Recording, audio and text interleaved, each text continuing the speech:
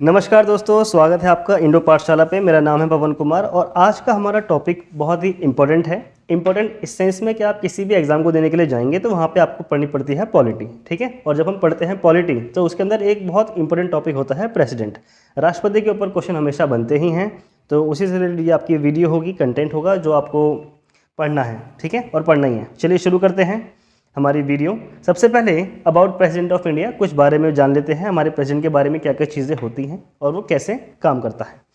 He is also called as the first citizen of India. ये भारत का पहला नागरिक होता है, ठीक है, पहला पर्सन होता है भारत का। इसके बाद he is the part of parliament, और पार्लियामेंट का यह मेन हिस्सा है। कुल मिला के जो हमारी पार्लियामेंट है, हमारी संसद है, वो इन तीनों से ही बनती है। तीन कौन कौन कौन चीज़ें हो गई हमारी? सबसे पहले हमारे राष्ट्रपति, फिर हमारी लोकसभा और फिर राज्यसभा। इन तीनों से मिलकर बनता है हमारा क्या? Parliament. He holds office for period of 5 year. 5 सालों के लिए अपना जो पद है उसे संभालते हैं। इसके बाद he should have complete 35 years of as.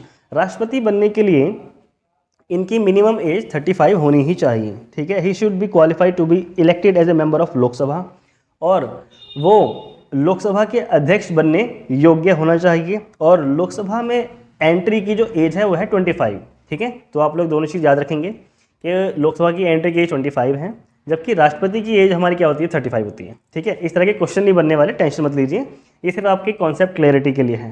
Question बनता है आपका इम्पीचमेंट पे कि राष्ट्रपति पे महाभियोग कैसे लग रहा है, ठीक है, और उसकी शक्तियाँ क्या क्या हैं, ठीक है। ये चीज़ें बेसिक होती हैं। अब आगे देखते हैं फिलहाल, लेकिन कॉन्सेप्ट क्लियर होना जरूरी है। The electoral college consists of elected members of Lok Sabha, Rajya Sabha, Legislative Assembly of States and the Legislative Assembly of Union Territory Delhi and Puducherry। इसको आसान भाषा में मैं समझा देता हूँ। ये क्या कह रहा है कि राज्य जो हमारे राष्ट्रपति हैं उनके इलेक्शन में कौन कौन भाग लेते हैं। साधारण सी बात ये है, ठीक है। तो भाग कौन कौन लेते हैं? आपके लोकसभा, ठीक है, लोकसभा के सदस्य कौन से सदस्य? इलेक्टेड सदस्य। इसी तरह से आपके राज्यसभा के सदस्य, ठीक है, इलेक्टेड सदस्य। वहाँ तो इलेक्टेड होते हैं ना, वहाँ से नॉमिनेट होकर के आते हैं वो। अब जो हमारे प्रेसिडेंट होते हैं वो लोकसभा में 2 और राज्यसभा में 12, ठीक है, सदस्यों को मनोनीत करते हैं। जो आर्ट एंड कल्चर हो गया, विज्ञान हो गया, समाज सेवा हो गया, इस तरह के क्षेत्रों से आते हैं, शिक्षा हो गया, इस तरह के क्षेत्रों से आते हैं और उनका मनोनयन किया जाता है राष्ट्रपति के द्वारा कि आप लोग आइए सदन में बैठिए आकर के। वो लोग इलेक्शन में भाग नहीं लेते। बस यहीं पे है क्वेश्चन, यही क्वेश्चन फंसाएगा आपको आकर के। जो एग्जामिनर है ना, यही करेगा वो कि जो इलेक्टेड मेंबर हैं उसके अलावा जो मनोनीत सदस्य हैं, क्या वो भी राष्ट्रपति के जो आपका इलेक्शन है उसमें भाग लेते हैं? तो आप लगाएंगे नहीं लेते, ठीक है। राष्ट्रपति के इलेक्शन में जो मनोनीत सदस्य होते हैं वो भाग नहीं लेते। कौन कौन ले रहा है? लोकसभा के सदस्य, राज्यसभा के इलेक्टेड सदस्य, लोकसभा के इलेक्टेड सदस्य, ठीक है।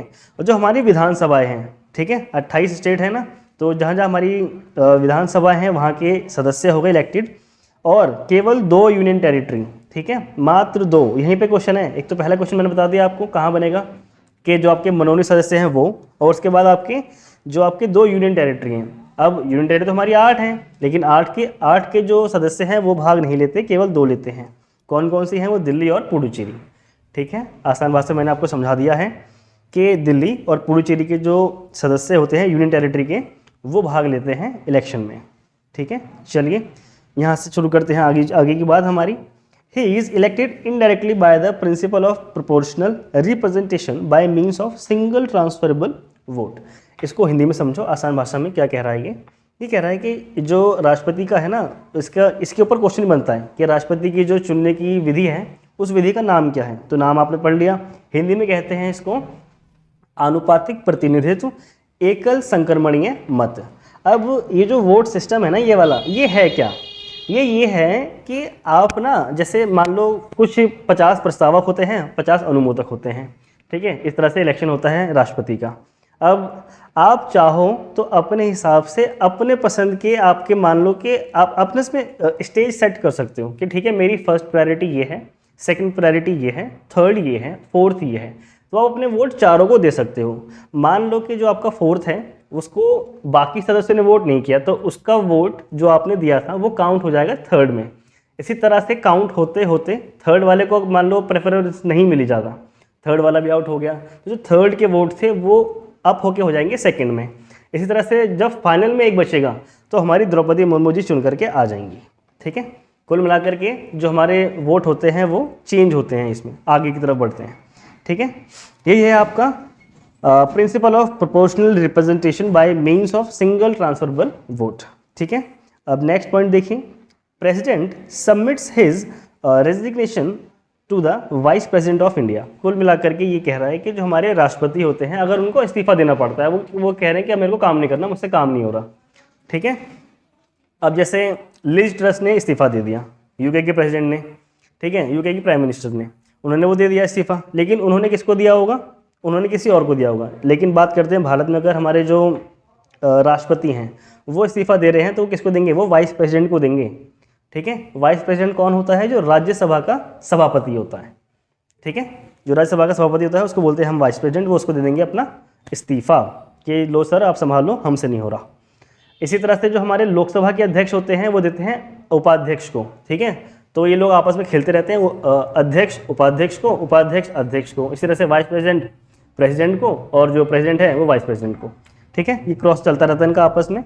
लेकिन इनको जो शपथ दिलाते हैं, प्रेसिडेंट की बात कर रहा हूँ, जो प्रेसिडेंट को मान लो कि कल को पवन कुमार जो है वो प्रेसिडेंट बन गए देश के, तो मेरे को जो शपथ दिलाने के आएंगे ना कि सर पवन सर ओथ लो, तो कौन होंगे, वो CGI होंगे। ठीक है, CGI साहब आएंगे और कहेंगे पवन साहब शपथ ले लीजिए। क्लियर, मैंने आपको सिंपल वर्ड्स में समझा दिया है क्या चीज़ है, और आपको यही कॉन्सेप्ट क्लैरिटी करनी है, वहाँ पे फिर आप अपना बुक से ही पढ़ सकते हो बाद में। कॉन्सेप्ट क्लियर मतलब सब कुछ clear. Okay, next point, can be removed only in case of a violation of constitution. कुल मिलाकर के जो राष्ट्रपति है वो 5 साल से पहले हटेंगे कैसे, सिर्फ एक ही मुद्दा होगा कि उन्होंने संविधान का उल्लंघन किया गया हो। ठीक है, लेकिन एक चीज़ और अच्छी सी बात है कि संविधान में इस बात का उल्लेख नहीं किया गया कि संविधान का उल्लंघन होता क्या है।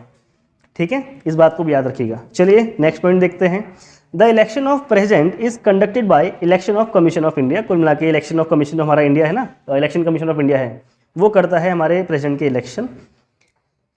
इसके बाद फर्स्ट प्रेसिडेंट ऑफ इंडिया थे हमारे डॉक्टर राजेंद्र प्रसाद, जो बिहार के थे। बिहार में भी कहाँ के थे, सिवान के थे। सिवान कहाँ पर है, उत्तर दक्षिण पूर्व पश्चिम, पश्चिम बिहार में गंगा नदी के ऊपर वाला जो जिला है वो मिलेगा आपको सिवान।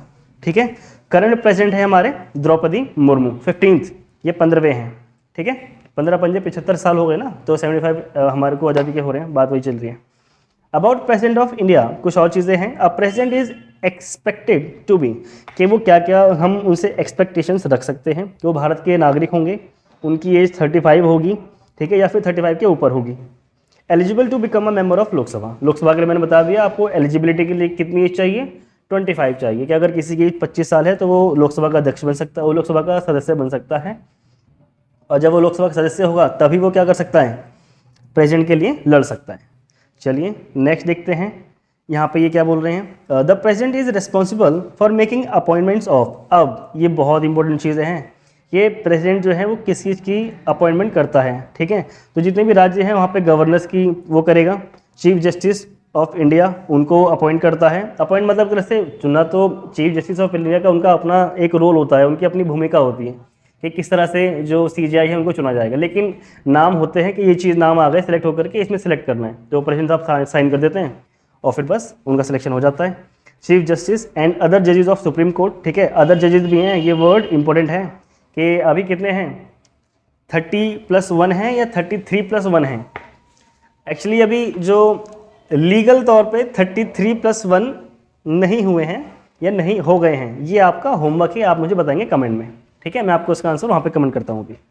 अब इसके बाद हाँ, 2 ऑप्शन हैं, 33+1 या 30+1, ये आपके 2 ऑप्शन हैं। आप मुझे आंसर बताइए कमेंट में, मैं जस्ट वीडियो के बाद आपको आंसर कमेंट में कर दूंगा। ठीक है, जैसी वीडियो अपलोड होती है। The chief justice of India national capital territory of Delhi. ठीक है, जो हमारे चीफ जस्टिस हैं उसको नियुक्त करता है, खास करके किसको, दिल्ली के, क्योंकि दिल्ली हमारी कैपिटल भी है। हमारे कैग की नियुक्ति करता है आर्टिकल 148। ठीक है, इसके बाद chief justice of chief election commissioner, इनकी नियुक्ति भी करता है। The chairman and other members of union public service commission, UPSC के जो हेड होते हैं उनकी करता है। अटॉर्नी जनरल की करता है, मेन यही थे। ठीक है, चलिए नेक्स्ट देखते हैं, नेक्स्ट आगे क्या है। यहाँ पे बात करेंगे हम प्रेसिडेंट से संबंधित कुछ आर्टिकल्स। ठीक है, अब आर्टिकल्स कौन कौन से हैं, आर्टिकल 52 ये बात करता है भारत के राष्ट्रपति, भारत में राष्ट्रपति होगा, ठीक है। नेक्स्ट 53 ये बात करते हैं कि कार्यपालिका शक्तियाँ होंगी और जो हमारे राष्ट्रपति हैं उसके पास क्या क्या शक्तियाँ होंगी उसके बारे में बताता है। आर्टिकल 54 ये बात करता है कि राष्ट्रपति का चुनाव कैसे होगा, ठीक है, कि राष्ट्रपति होगा उसको हम चुनाव के द्वारा नियुक्त करेंगे। इसके बाद कि चुनाव का तरीका क्या होगा, चुनाव का तरीका याद आ गया ना आपको, आनुपातिक प्रतिनिधित्व, एकल संक्रमणीय मत, ठीक है, मैंने आपको बताया था पीछे। और उसकी अवधि क्या होगी 56 में दे रखी है, पात्रता 57 में, योग्यता उसकी क्वालिफिकेशन क्या है वो 58 में, राष्ट्रपति पद की शर्तें क्या क्या हैं वो 59 में बताई गई हैं आपको। उसके बाद ओथ, उनको ओथ दिलाएंगे CGI, शपथ या प्रतिज्ञान, वो क्या क्या शपथ लेंगे, किन किन शब्दों का इस्तेमाल करेंगे, ठीक है। मैं पवन कुमार भारत के संविधान को साक्षी मानकर, आगे की जो भी शपथ होती होगी। 60 में हो गया। उसके बाद 61 प्रेसिडेंट ऑफ इम्पीचमेंट, के ये है इम्पोर्टेंट, ये आपके लिए बहुत इंपॉर्टेंट है, ठीक है, कि उन पर महाभियोग के बारे में किस आर्टिकल में बताया गया है। ये क्वेश्चन आपके डायरेक्ट बनते हैं। ये है आपका आर्टिकल 61, ठीक है। चलिए नेक्स्ट देखते हैं हमारा। इसके बाद है हमारा 62 क्या है, टाइम ऑफ होल्डिंग।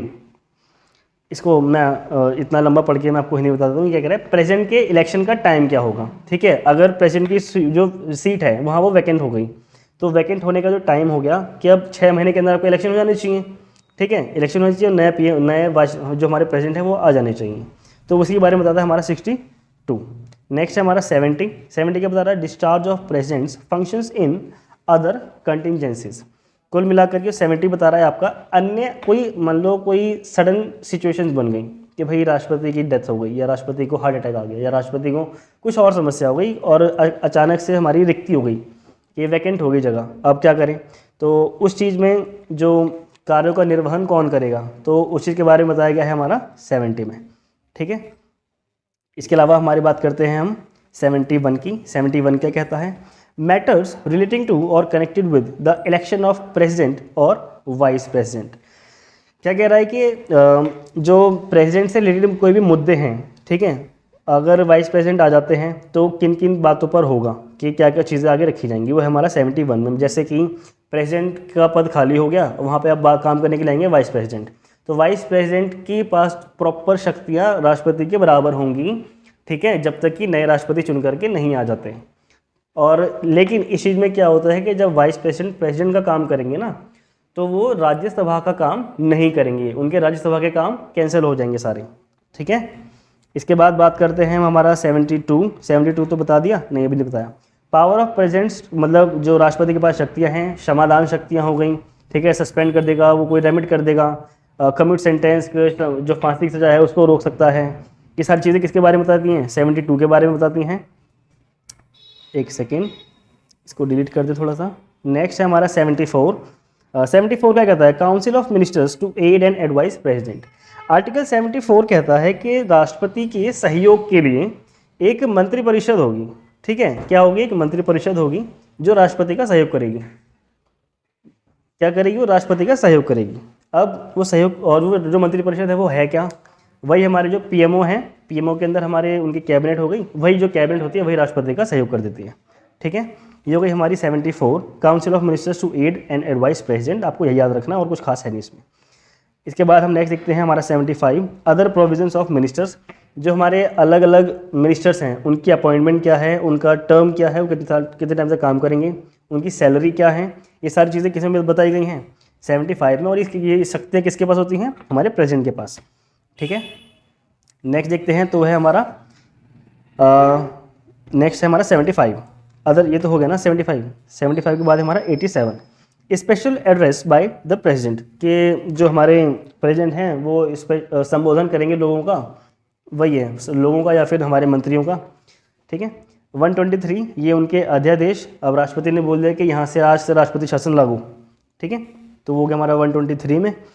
और 143 power of president's to consult supreme court, ठीक है, सुप्रीम कोर्ट से कंसल्ट कर सकता है। कोई मान लो कोई ऐसा मुद्दा आ जाता है जिस पे राष्ट्रपति को लगता है कि मुझे इस पे थोड़ा सा ज्ञान का अभाव है और मैं चाहता हूँ कि सुप्रीम कोर्ट पे मदद करे, तो सुप्रीम कोर्ट की उसको मदद मिल सकती है। अब यहाँ पे दोबारा क्वेश्चन है, ठीक है, क्वेश्चन यहाँ पे ये है कि सुप्रीम कोर्ट द्वारा दी गई जो परामर्श है, जो सलाह है, क्या उसको मानने के लिए राष्ट्रपति बाध्यकारी है, तो आप बोलेंगे नहीं है। ठीक है, वो सलाह ले सकता है और सलाह मानने के लिए राष्ट्रपति बाध्य नहीं है। मे भी आप सब लोग अवेयर होंगे, लेकिन नहीं है तो आपका रिवीजन हो गया और कुछ प्रॉब्लम नहीं है इसमें। नेक्स्ट है हमारा, यहाँ पे चालू रहते हैं हमारे कुछ क्वेश्चंस। ठीक है, भारतीय संविधान का कौन सा अनुच्छेद राष्ट्रपति के पद की अवधि से संबंधित है? ठीक है, आंसर इज ऑप्शन डी 56। मैंने सभी आपको बता दी हैं, वही चीज़ें हैं। नेक्स्ट है आपका आर्टिकल 52 से, मतलब कुल मिलाकर के 52 से 78 तक भाग 5 में। ठीक है, 24 भाग है ना, 24 भाग हैं हमारे संविधान में, तो उसी में भाग 5वां कैसे संबंधित है? राष्ट्रपति से संबंधित है। भाग 5 में आर्टिकल 52 से 78 तक की बात हमारी राष्ट्रपति से संबंधित है। इसके बाद राष्ट्रपति पर महाभियोग शुरू किया जा सकता है। हाँ, ये इंपॉर्टेंट है कि राष्ट्रपति पर जो महाभियोग है ना, वो किसी भी सदन में लाया जा सकता है। ठीक है, वो किसी भी सदन में लाया जा सकता है। अब महाभियोग की प्रक्रिया भी सुन लो क्या क्या होती है। यहाँ पे क्वेश्चन है, ठीक है, मैंने आपको 4 जगह पे स्टॉपर दिए हैं, 3 पहले हो गए, ये चौथा स्टॉपर है और बहुत बड़ा स्टॉपर है कि यहाँ पे क्वेश्चन बनता ही बनता है कि अगर एग्जामिनर है तो वो इसके बारे में पूछेगा कि भाई महाभियोग बता दो मेरे को, कि वो उस पर महाभियोग लगा के, मतलब इम्पीचमेंट, हम उसको कैसे हटा सकते हैं। ठीक है, तो राष्ट्रपति पर महाभियोग शुरू किया जा सकता है, कैसे कैसे किया जा सकता है वो बताता हूँ। अब मान लो कि राज्यसभा में आ गया, ठीक है, राज्यसभा में आया, अब आया जिस भी हाउस में वो आ रहा है उसमें वो ऑलरेडी पास होना चाहिए। पास मतलब कैसे होगा? कोई मान लो एक पेपर आया कि भाई राष्ट्रपति हमारे को हटाना है, अब ये चीज़ें हो गई कि ये मुद्दे हैं, हमें राष्ट्रपति को हटा देना है, तो वो जो मुद्दा है, वो जो पेपर है, वो 1/4, ठीक है, पहला पॉइंट किस पर, कितना 1/4 मेंबर का साइन होना चाहिए कि ठीक है ये मुद्दा था, क्या आप सब लोग सहमत हैं? अगर टोटल 1/4 लोगों ने साइन कर दिया तो प्रस्ताव पास हो गया। ये था सिर्फ प्रस्ताव की बात। अब नेक्स्ट इसके आगे क्या होगा? जब प्रस्ताव पास हो जाएगा तो राष्ट्रपति साहब के पास 14 दिन का नोटिस भेजा जाएगा, 14 दिन पहले। ठीक है, ये सेकंड क्वेश्चन आपका, मतलब 4th में ही सेकंड क्वेश्चन, कि राष्ट्रपति के पास 14 दिन पहले नोटिस भेजा जाएगा कि भाई यही चीज़ें हैं, अब देख लो। 14 दिन बाद राष्ट्रपति साहब आएंगे अपनी बात रखने के लिए, लेकिन उससे पहले अब होगा क्या? 1/4 हो गया, उसके बाद अब बात बड़े स्तर पे हो गई, भाई राष्ट्रपति साहब की बेइज्जती हो गई कि राष्ट्रपति को हटाने की बात चल रही है। ठीक है, तो अब करेंगे उस सदन में बड़े लेवल पे साइन कि भाई ये मुद्दे थे, हमें राष्ट्रपति को हटाना है। तो अब उस सदन के जो जैसे राज्यसभा में आया था ना, तो अब उसके 2/3, ये सेकंड पॉइंट और मोस्ट इंपॉर्टेंट फैक्ट, कि 2/3 सदस्य उसको पास करेंगे।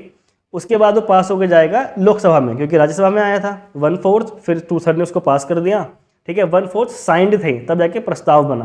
प्रस्ताव के बाद वो प्रॉपर पास हुआ, और 2/3 से पास होने के बाद वो हमारे दूसरे सदन में गया, लोकसभा में, तो वहाँ से भी वो कितने में पास होगा? 2/3 से, और 2/3 से भी अगर वहाँ से भी पास हो जाता है तो फिर हमारे राष्ट्रपति को पद से हटना पड़ जाएगा।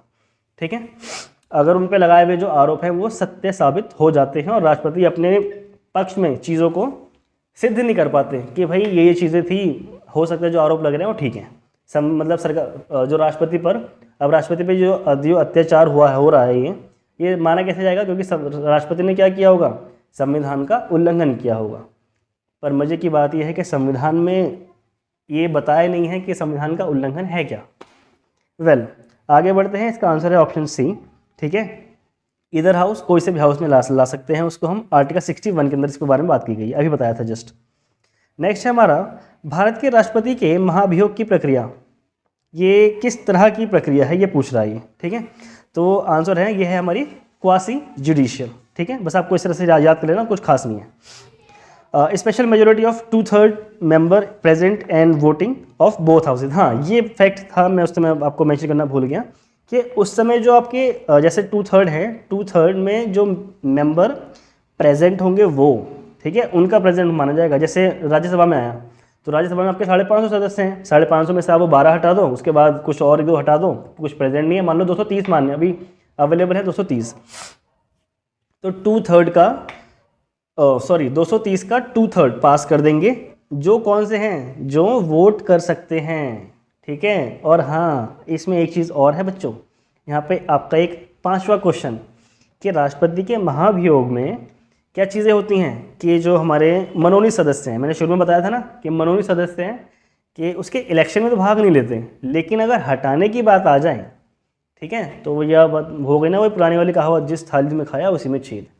तो जिस 12 लोगों को वो, मतलब याद कराने के लिए बोल रहा हूँ, कुछ मैं किसी पे कमेंट नहीं कर रहा, कि जो वो सदस्य हैं, जो 12 वो और 2 अलग से जो लोकसभा में चुने थे, मनोनीत किए थे राष्ट्रपति ने, वो लोग भी अब वोट करेंगे। ठीक है, यही क्वेश्चन है कि मनोनीत सदस्य वोट करते हैं इम्पीचमेंट में, नहीं करते? तो आप बोलेंगे हाँ जी करते हैं, लेकिन इलेक्शन में नहीं करते। ठीक है, यूटी भी याद रखना, दिल्ली और पुडुचेरी के शामिल होते हैं बस, और कोई से शामिल नहीं होते। ठीक है, क्वासी जुडिशियल ये होता है, और स्पेशल मेजोरिटी बोलते हैं 2/3 को, और 2/3 भी कौन से, जो प्रेजेंट और वोट कर सकते हैं। नेक्स्ट है हमारा, भारत के राष्ट्रपति के पास किस अनुच्छेद के तहत क्षमादान की शक्ति है? ठीक है, क्षमादान की शक्ति है, क्षमादान वो कर सकता है आर्टिकल 72 के तहत। ठीक है, और राष्ट्रपति के पास ही ऐसी शक्ति होती है कि वो फांसी की सज़ा को भी टाल सकता है। ठीक है, यहाँ तक कि अगर वो चाहे तो उसको भी कर सकता है। किसको? जो हमारे आर्मी के कोर्ट होते हैं ना, कोर्ट मार्शल को भी रोकने की शक्ति किसके पास होती है? राष्ट्रपति के पास होती है। नेक्स्ट, भारत के राष्ट्रपति के लिए चुनाव लड़ने के लिए उम्मीदवार की न्यूनतम आयु कितनी होनी चाहिए? ओहो, इतना टफ क्वेश्चन। 35। ठीक है, he should have complete 35 years of age, he should be qualified to be elected as member. इस समय बता चुका हूँ आपको, बकवास है, बकवास नहीं है, मैं बता चुका हूँ आपको। भारतीय सशस्त्र बलों का सर्वोच्च कमांडर कौन होता है? हाँ जी, जितने भी हमारे भारत की आर्म्ड फोर्सेस हैं, आर्मी हैं, ठीक है, उन सबका जो हेड होता है ना, वो प्रेसिडेंट ही होता है। ठीक है, option B is there. Next question है हमारा, एक संघ राज्य क्षेत्र के प्रशासन के लिए कौन जिम्मेदार है? यूटी के लिए। ठीक है, जिसकी अपनी निर्वाचित विधानसभा नहीं है। ऐसे 6 यूटी हैं, कुल मिलाकर के 6 राज्य और यूटी सम्मिलित हैं। ठीक है, जहाँ पे हमारे विधानसभा नहीं है। तो दिस इज़ योर होमवर्क। इसको मैं आपको कमेंट बताऊंगा, आपके 2 होमवर्क वाले वर्क हो गए, ताकि आप इसको पढ़ करके अपने आप को पूरा कर सकें। ठीक है, ताकि आपका नॉलेज बढ़ सके। इसको मैं तुरंत जैसे वीडियो पे अपलोड होगी ना, मैं उसमें आकर के आपको कमेंट में बता दूंगा। उससे पहले आप लोग बता देना अगर मैं थोड़ा लेट हो जाता हूँ तो। ठीक है, टोटल 6 हैं। अब वो 6 कौन कौन से हैं वो बताने हैं आपको। अब जैसे मैंने क्वेश्चन पूछा है कि एक संघ राज्य क्षेत्र के प्रशासन के लिए कौन जिम्मेदार होता है जिसकी अपनी विधानसभा नहीं होती? अब जाहिर सी बात है, विधानसभा भी नहीं है तो विधान परिषद भी नहीं होगी। ठीक है, या विधान परिषद होगी? जी हाँ, होगी।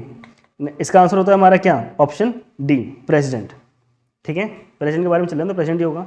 As per article 239 of the Indian constitution, president of India is the chief administrator of union territories. वही बात इंग्लिश में बोल दी है मैंने। भारत के राष्ट्रपति को कितनी बार फिर से चुना जा सकता है? कितनी बार बन सकता है वो? जब तक उसकी साख बनी हुई है समाज में, समाज नियम वहाँ पे कुल मिलाकर के लोकसभा और राज्यसभा में उसकी साख बनी हुई है, तो वो बार बार चुना जा सकता है।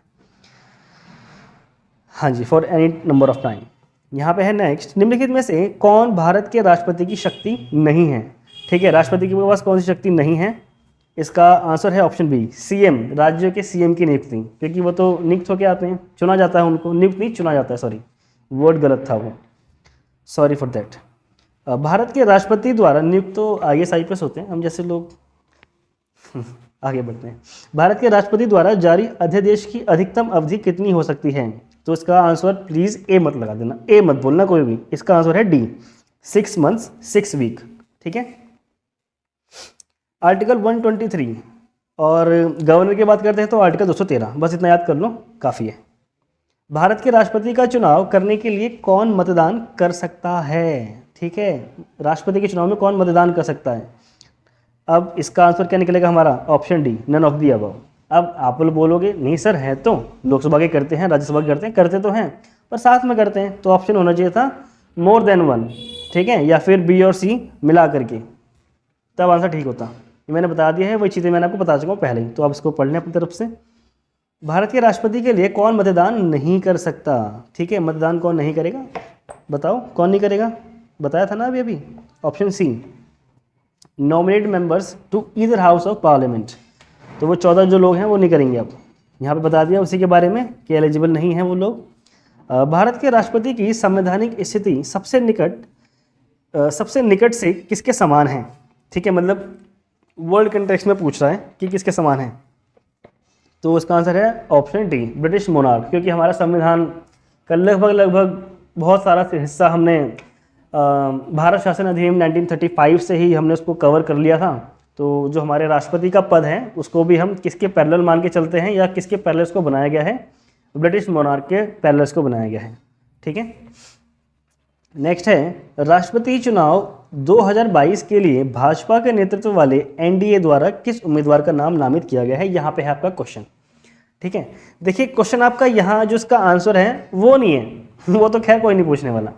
पूछेंगे कि अपोजिशन में कौन था, ठीक है, अपोजिशन का आंसर याद रखना है। तो इसका आंसर तो हो गया हमारा ऑप्शन डी, द्रौपदी मुर्मू जी। मतलब इंपॉर्टेंट हैं, पर हमारा जो मेन चीज़ है वो ये है कि हमारे जो अपोजिशन में थे वो कौन थे। तो इसका आंसर हमारा ऑप्शन सी, यशवंत सिन्हा। और रिसेंट के कोई एग्जाम होंगे ना तो देख लेना, आपको जो सिंपल वाले होते हैं ना कि ये लो हैंगिंग फ्रूट जो होते हैं हमारे, ये लो हैंगिंग फ्रूट वाला क्वेश्चन है आपका। यशवंत सिन्हा आपको आंसर क्वेश्चन ना किसी क्वेश्चन में मिलेंगे जरूर, ठीक है। Option C is there. और यहाँ पे कुछ ये द्रौपदी जी मुर्मू जी के बारे में कुछ बताया गया है, तो आप उसको पढ़ लेंगे कि क्या क्या चीज़ें थी। Yashwant Sinha was selected by combined opposition parties as their presidential candidate too, मतलब कुल मिलाकर के जो हमारी पार्टियां हैं उसके कंबाइंड में इनको, कंबाइंड रूप में इनको चुना गया था, संयुक्त रूप से इनको चुना गया था। नेक्स्ट है, भारत के राष्ट्रपति को पद की शपथ कौन दिलाता है, ठीक है। ये क्वेश्चन फॉर यू था, इसका आंसर मैं आपको बता चुका हूँ, तो आप लोग तो अब स्माइल कर रहे होगे ना कि अब तो आता है। हाँ, ये आपकी होगी वीडियो का एंड। लेकिन एक छोटी सी जानकारी और है कि यहाँ पे हमारे राष्ट्रपति के बारे में मैंने सब कुछ नहीं पढ़ाया आपको, ठीक है। राष्ट्रपति की कुछ डिस्क्रिशनरी पावर होती हैं, ठीक है, उसकी कुछ जो इमरजेंसी के टाइम पे पावर होती हैं वो होती हैं। अगर वो भी मैं इसमें इंक्लूड करता तो बहुत ज़्यादा ना हौच पौच और हेडेक वाला हो जाता। तो I take one more video, ठीक है, I make one more video on this, तो हमारी चीज़ें कवर हो जाएंगी। होप्स आप लोगों को अच्छा लगा हो, और अच्छा लगे तो प्लीज़ डू लाइक सब्सक्राइब। हमारा चैनल ग्रो कर रहा है और मैं आपके लिए और अच्छी अच्छी वीडियोस कंटेंट के साथ मे बी अपॉइंटमेंट तो चल ही रही हैं, नए नए टीचर आ रहे हैं, और हो सकता है तो हमारा प्लान बन रहा है कि हम आपके लिए बिहार पीसीएस के लिए जो आपका 68th है, ठीक है, I clear 2 times Bihar BPSC but not mains, तो ठीक है, उसके लिए मैं कोशिश करूँगा कि हम सब टीम मिल करके आपके लिए बीपीएससी की तैयारी करवाएं, ठीक है। चलिए, यहाँ पे होता है हमारा वीडियो का एंड। Thank you.